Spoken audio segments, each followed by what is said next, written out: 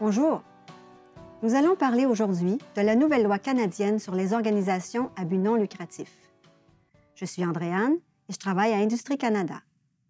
Si vous êtes impliqué dans une organisation constituée en vertu de la loi fédérale, cette vidéo s'adresse à vous. Nous aborderons certains points que vous devriez connaître.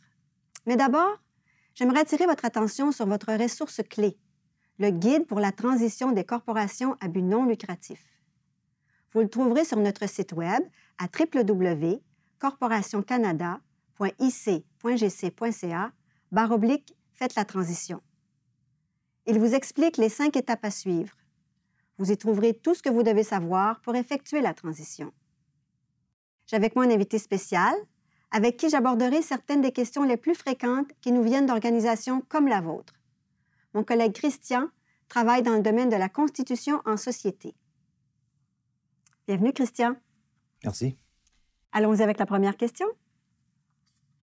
J'ai reçu un avis au sujet de la transition en vertu d'une nouvelle loi.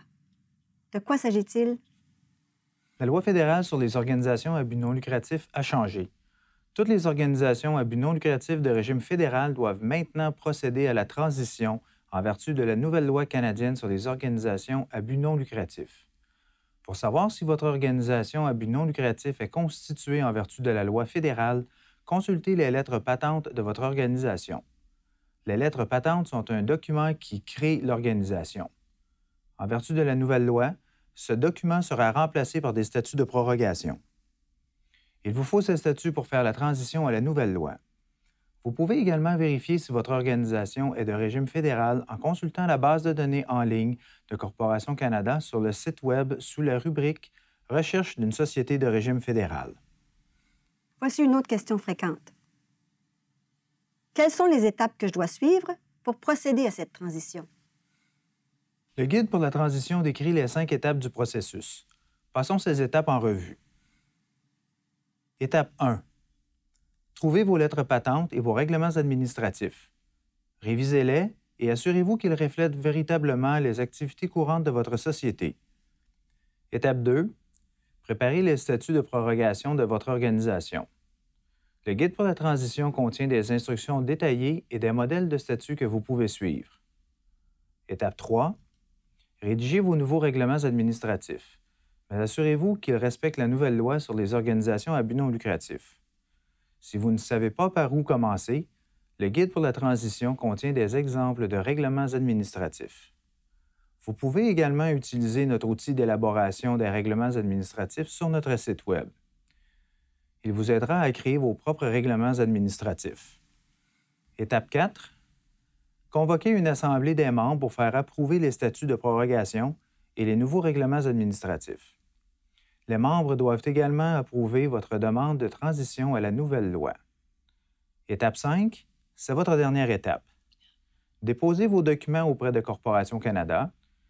Vous trouverez dans le Guide pour la transition une liste de vérification des documents que vous devez déposer. Lorsque Corporation Canada aura émis le certificat de prorogation, vous aurez complété le processus de transition. Merci. Christian, les gens veulent savoir, est-ce qu'il y a des frais? Non, il n'y a aucun frais pour faire une demande de transition. Notre dernière question, et non la moindre, y a-t-il une date limite pour effectuer la transition? Oui, il y en a une. Votre organisation à but non lucratif doit effectuer la transition avant le 17 octobre 2014. Si vous ne respectez pas cette date, vous recevrez un avis vous informant que Corporation Canada a l'intention de dissoudre votre organisation.